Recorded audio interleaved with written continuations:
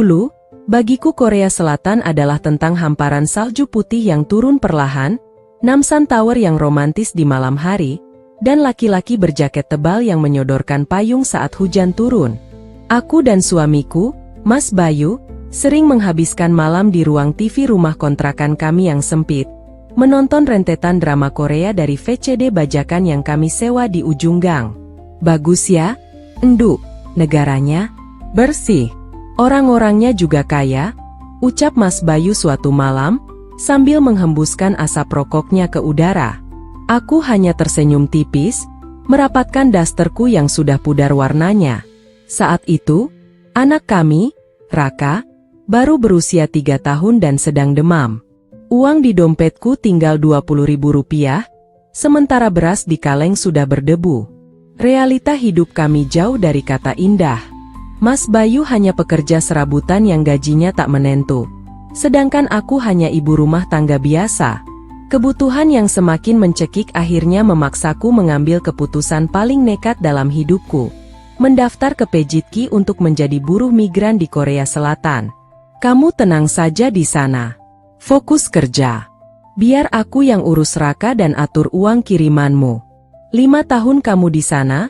Pulang-pulang kita sudah punya rumah gedong dan modal buka toko material. Janji Mas Bayu saat mengantarku ke bandara. Matanya berkaca-kaca, memelukku erat. Janji itu menjadi mantra yang kupegang teguh. Mantra yang menguatkanku menembus awan menuju negeri ginseng. Namun, Seoul yang kulihat dari jendela pesawat tidak pernah benar-benar menjadi duniaku. Alih-alih bekerja di gedung pencakar langit yang hangat, agensi menempatkanku di sebuah kota industri bernama Ansan, berjam-jam dari gemerlapnya Seoul. Tempat kerjaku adalah sebuah pabrik peleburan dan pencetakan plastik komponen otomotif. Tidak ada opa tampan berjas rapi.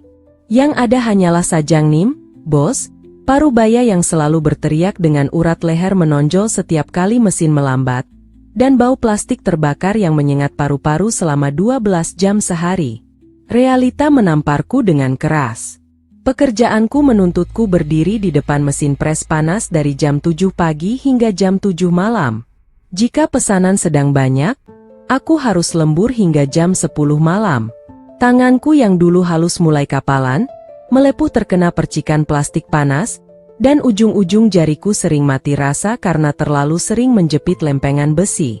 Musim dingin di Korea, yang di TV tampak begitu romantis, adalah neraka bagi kami para pekerja kasar. Angin membeku menusuk sampai ke tulang sumsum. Karena ingin berhemat, aku jarang menyalakan pemanas ruangan di asrama yang kubayar patungan dengan 3 pekerja asal Vietnam. Kami tidur berpelukan dengan selimut tebal, memakai kaos kaki 3 lapis, menggigil hingga gigi bergemeretak.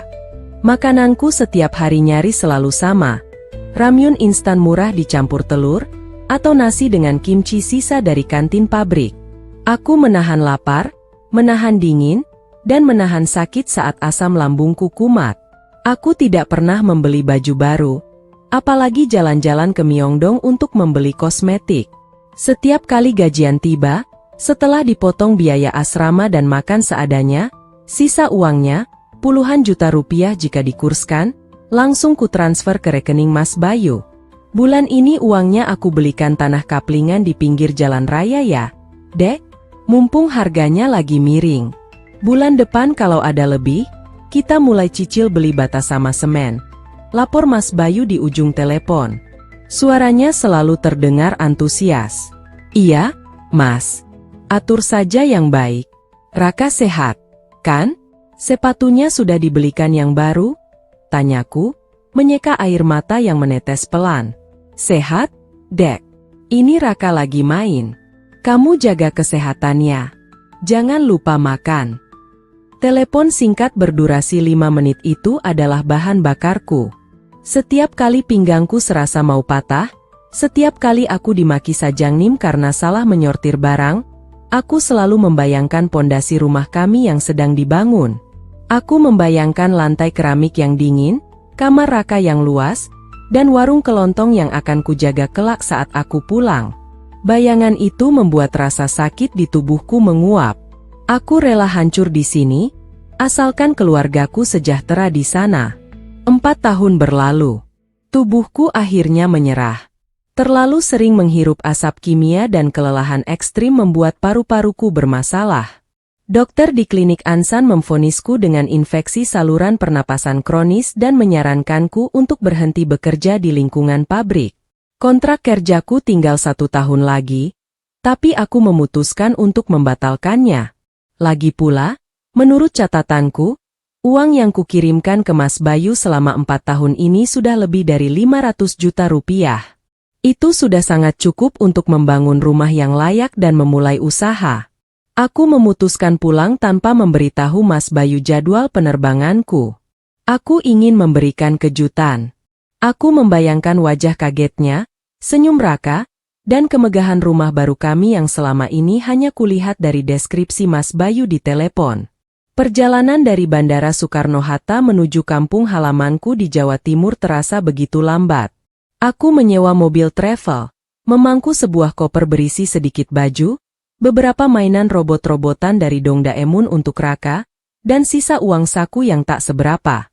Saat mobil memasuki gapura desa, debar jantungku makin kencang. Aku meminta sopir berhenti di alamat yang sering Mas Bayu sebutkan sebagai lokasi tanah dan rumah baru kami. Namun, saat aku turun, kakiku terpaku di tanah. Tidak ada rumah gedong. Tidak ada toko material. Yang ada di alamat itu hanyalah sebuah lahan kosong yang ditumbuhi ilalang setinggi dada. Papan bertuliskan, dijual, yang sudah usang tertancap di tengahnya. Pikiranku berkecamuk. Mungkin Mas Bayu pindah lokasi? Mungkin alamatnya salah? Dengan napas yang mulai sesak, aku meminta sopir travel mengantarku ke rumah kontrakan lama kami, berharap menemukan tetangga yang tahu di mana suamiku tinggal sekarang. Mobil berhenti di depan gang sempit yang tak bisa dimasuki roda 4. Aku menyeret koperku menyusuri gang. Tepat di depan rumah kontrakan berdinding hijau pudar yang dulu kutinggalkan, aku melihat seorang anak laki-laki kurus, berbaju lusuh, sedang bermain kelereng sendirian di tanah. Jantungku mencelos. Raka? Panggilku bergetar. Anak itu menoleh. Wajahnya adalah perpaduan wajahku dan Mas Bayu, namun matanya tampak kosong. Ia menatapku ragu, lalu perlahan mundur. Pintu rumah kontrakan itu terbuka. Mas Bayu keluar mengenakan kaos kutang dan sarung. Wajahnya tirus, matanya cekung, dan rambutnya berantakan. Ia terlihat seperti orang linglung. Saat matanya bertubrukan dengan mataku, ia mematung. Rokok di sela jarinya jatuh ke tanah. Ningsih, kamu kok pulang? Suaranya parau, nyaris seperti cicitan tikus. Aku tidak membalas sapaannya. Mataku menyapu sekeliling ruangan yang terlihat dari pintu yang terbuka. Kosong. Tidak ada TV. Tidak ada kulkas. Bahkan kursi tamu kayu yang dulu kami cicil pun tidak ada. Bau apek dan pesing menguar dari dalam. Di mana rumah kita? Mas? Tanyaku dingin. Nadaku datar, tapi dadaku terasa seperti digilas mesin pres pabrik di Ansan. Mas Bayu tiba-tiba bersimpu di tanah, tepat di depan kakiku. Ia menangis meraung-raung, memeluk lututku. Raka yang ketakutan berlari ke sudut teras, menangis melihat bapaknya. Maafkan aku, Ningsih. Maafkan aku hilaf, enduk, aku hilaf. Ratapnya. 1 jam berikutnya, di dalam rumah kontrakan yang kosong melompong itu, aku mendengarkan pengakuan yang membunuh separuh jiwaku. Tidak pernah ada tanah kaplingan. Tidak pernah ada batu bata. Tidak pernah ada rumah baru. Semua uang jutaan rupiah yang kutransfer setiap bulan, hasil dari darah, keringat, dan paru-paruku yang rusak, habis tanpa sisa. Bukan untuk modal usaha, bukan untuk menghidupi Raka. Semuanya menguap di atas meja judi dan layar ponsel. Awalnya dari ajakan teman ikut judi kartu, lalu merambat ke sabung ayam, hingga akhirnya terjerumus dalam lubang hitam judi slot online. Mas Bayu bercerita sambil sesenggukan, bagaimana ia selalu merasa hampir menang. Bagaimana uang kirimanku habis dalam hitungan jam hanya dengan menekan tombol di layar HP-nya. berharap mendapat jackpot yang tak pernah datang. Untuk menutupi kebohongannya, ia meminjam uang ke rentenir desa, menjual perabotan rumah, dan membiarkan Raka makan dengan nasi dan garam setiap hari. Aku duduk membeku di atas tikar plastik yang robek. Aku tidak menangis. Air mata seolah sudah mengering di musim dingin Korea. Aku menatap tanganku yang kasar dan penuh bekas luka. Aku teringat bau plastik terbakar. Aku teringat malam-malam menggigil di asrama, menahan lapar demi menghemat 10.000 rupiah. Aku teringat caci maki Sajang Nim.